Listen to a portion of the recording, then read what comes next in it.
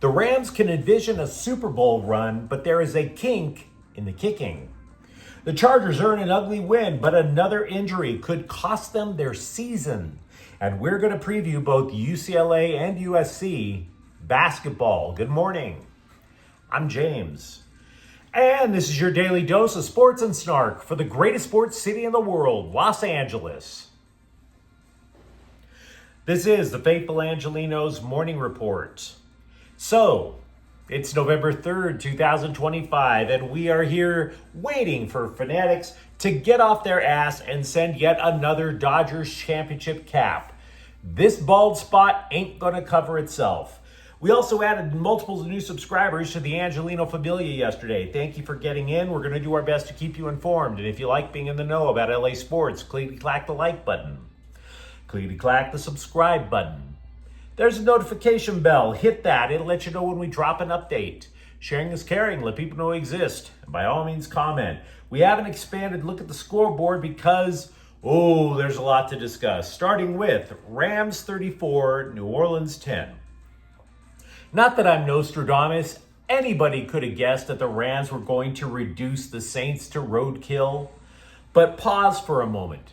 Big picture time. Look at the NFL landscape yesterday. Multiple Super Bowl favorites fell. Kansas City, Green Bay, Detroit. So did Indy, but the Rams already beat them. And the reason I bring that up is because Sean McVay is looking across the landscape and sees this team has a real chance. If you have a real chance, you need the winner's edge that makes you a champion. All facets of the game have to be good. So Sean McVay is seriously losing his patience with kicker Joshua Carty, who once again missed multiple kicks. Now, LA did not need those 4 points Sunday, but they will need those points against, say, Philadelphia. Look at the numbers otherwise. Anywhere else, and you tell me the weakness in this Rams team.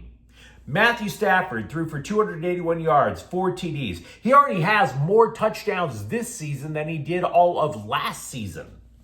And I know the dude takes risks, but he's thrown 16 TD passes with 0 interceptions in that same time frame. The last player to go on a run like that was Aaron Rodgers in an MVP season.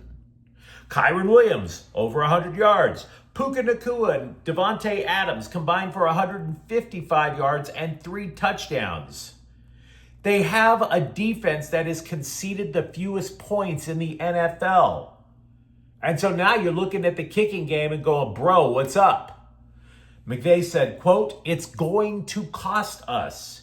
It's cost us already. And it's been a momentum killer. It does take the air out of our sails. Our guys have shown that they can respond and overcome it. But the truth of it is, this is not sustainable to continuously go where we want to go, unquote. Joshua Carty, you are on notice, my dude. Meanwhile, Chargers 27, Tennessee 20. As predicted, it was a struggle. The Chargers were on the East Coast. The offense and special teams were totally asleep at the wheel. Both conceded touchdowns, a punt return, a pick six. But the defense held the Titans to just 206 yards and 6 points. Give Jesse Minter's boys credit. Now, I don't give a damn if it was an ugly win, because a win is a win. But there are 2 alarming issues if you're a Bolts fan. 1, Justin Herbert cannot be consistently your leading rusher or among your leading rushers. He's already taken the 3rd most sacks in the league this year, and he has been hit more than any other quarterback. 80 times the dude's been popped. The second, and by the way, one leading into the other, is Joe Alt, who's already missed 3 games this year due to an ankle injury, arguably the second best player on the roster, scheduled to have an MRI today after a high sprain on the right ankle. ESPN is reporting Alt might need surgery. Now, if that happens, if Alt's season is over, so it is for the Chargers. I mean, the facts bear it out. Even though the Chargers are 6-3 now, they are 5-1 with Alt. Their offense, in the 3 games without him, absolutely horrifyingly bad.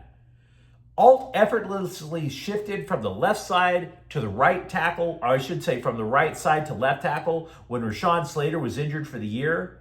And again, if Herbert takes one nasty shot to the blind side, good Lord. And by the way, did you see how the Chargers line looked without him yesterday?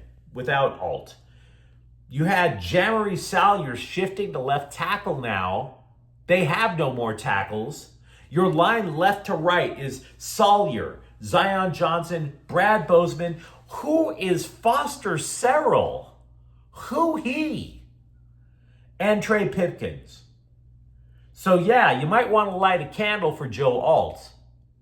And by the way, while you're at that church, do so for Dion Henley. The guy played Sunday. He excelled. He was terrific, but that was just 2 days after his brother Jabari was killed.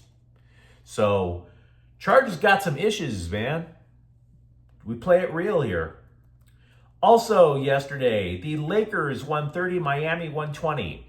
LAFC defeated Austin 4-1. The Black and Gold advance out of the first round of MLS Cup playoffs. They're going to face Vancouver in the second round. The date to be determined.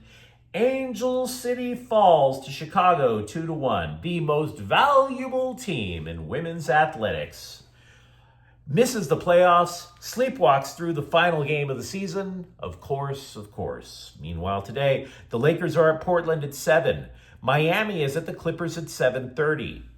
Eastern Washington will play 12th ranked UCLA basketball at 7:30. And Cal Poly San Loser Abysmal will be at USC. That game's at 6:30. With all of that out of the way, what do you say we get to the news and the previews for basketball? Because UCLA should be thinking big this season. Even though Mick Cronin is a defense-first guy and the Bruins lost their 2 best defenders, they absolutely should think big. They're 12th ranked, as we previously mentioned, and I think it's a fair ranking. If UCLA handles its business, I honestly believe that the minimum is the Sweet 16 for the first time in 3 years. Now, I know you're not supposed to look ahead, but the football program there is completely unmoored. Meanwhile, UCLA is synonymous with basketball. Bruins fans should not be blamed for looking ahead. Now, if they don't get there, I'm not saying you fire Cronin, but there will be rumblings, right? The hype for this team, it should be about the people returning, and yet it's not, because of this big upgrade in transfer Donovan Dent. He deserves the hype. He got he was the Mountain West Player of the Year, and he got the Lobos to upset Marquette in the first round of the NCAA playoffs. Dent can run a half-court offense efficiently, and he absolutely loves pushing the ball. When was the last time the fast break was a thing at UCLA? So yeah, adding Dent is going to make you forget that the Bruins lost both Dylan Andrews and Sebastian Mack, which is fine. But the question I have is how much UCLA will miss Ade Mara, right? For all the talk about the Bruins in the transfer portal, hell, for USC in the transfer portal, which we'll get to in a minute, Michigan is probably on the same level as UCLA, and they added a ton in the portal, and guess who they added? You guessed it, Ade Mara. This makes me wonder if Cronin can successfully turn Xavier Booker, who transferred in from Michigan State, into something in the low post. They're saying that they already have. Now, I'm a little skeptical of that. If Booker excels, UCLA is a legit threat, not just to reach the Sweet 16. Now, if that's just Cronin blowing smoke, they'll still be okay with Steven Jamerson, who transferred from San Diego. But I'm talking about being a real threat, right? Now, as for the rest of the team, you got to like who UCLA returns. Tyler Bilodeau is a dark horse candidate for Big Ten Player of the Year. You absolutely can rely on Eric Daly Jr. and Sky Clark. So, yeah, if you're a UCLA fan, you should be thrilled about this roster. Maybe it doesn't win the Big Ten. Purdue has arguably the best player in the conference. But they're going to be damn close. It goes back to Booker. It goes back to Bilodeau. The Bruins had trouble with bigger teams last year. So if Booker can't muscle up, Bilodeau can't. And UCLA comes up short. Not just in the conference, but somewhere in the Sweet 16. Meanwhile, the best thing I can say about USC basketball is the program actually looks like a basketball team now. When Eric Musselman was hired last year, it was so late in the offseason that he just grabbed whatever player he could find and threw it out there. It was a mess. It was a mess. And then the players abandoned ship on him yet again. Musselman's argument going into year 2 is that, hey, at least I had a full off season to make a team this time. And there are reasons to say that's a fair point. Last year's team was about a dozen guys who were all 6'7". That meant there was no point guard. That meant there was no rebounding. Opposing teams were able to get an offensive rebound against the Trojans a third of the time. So, also, by the way, if you got into the paint against USC, it was an automatic 2 points. This is what's going to make 7'5" transfer Gabe Dines one of the keys to the team, because he's 7'5". Also, Chad Baker-Mazara comes in after having led Auburn to the Final Four. He's a nuisance on defense. Nuisance is a polite way of saying jerk. If you're a Trojan fan, you're going to love him. Everybody loves the jerk on their team. Everybody loves the guy who's going to get all the smoke on the road, right? Baker-Mazara is the type of guy who believes his haters make him famous. Okay, fine. That saying was a thing in 2019. Revive it. What do I care? Also, among all players returning to the Big Ten this year, incoming guard Rodney Rice is the 10th leading scorer. So, there are guards, there's interior defense. It looks like the basketball team. But I have 2 problems. One would be incoming freshman Elijah Arenas.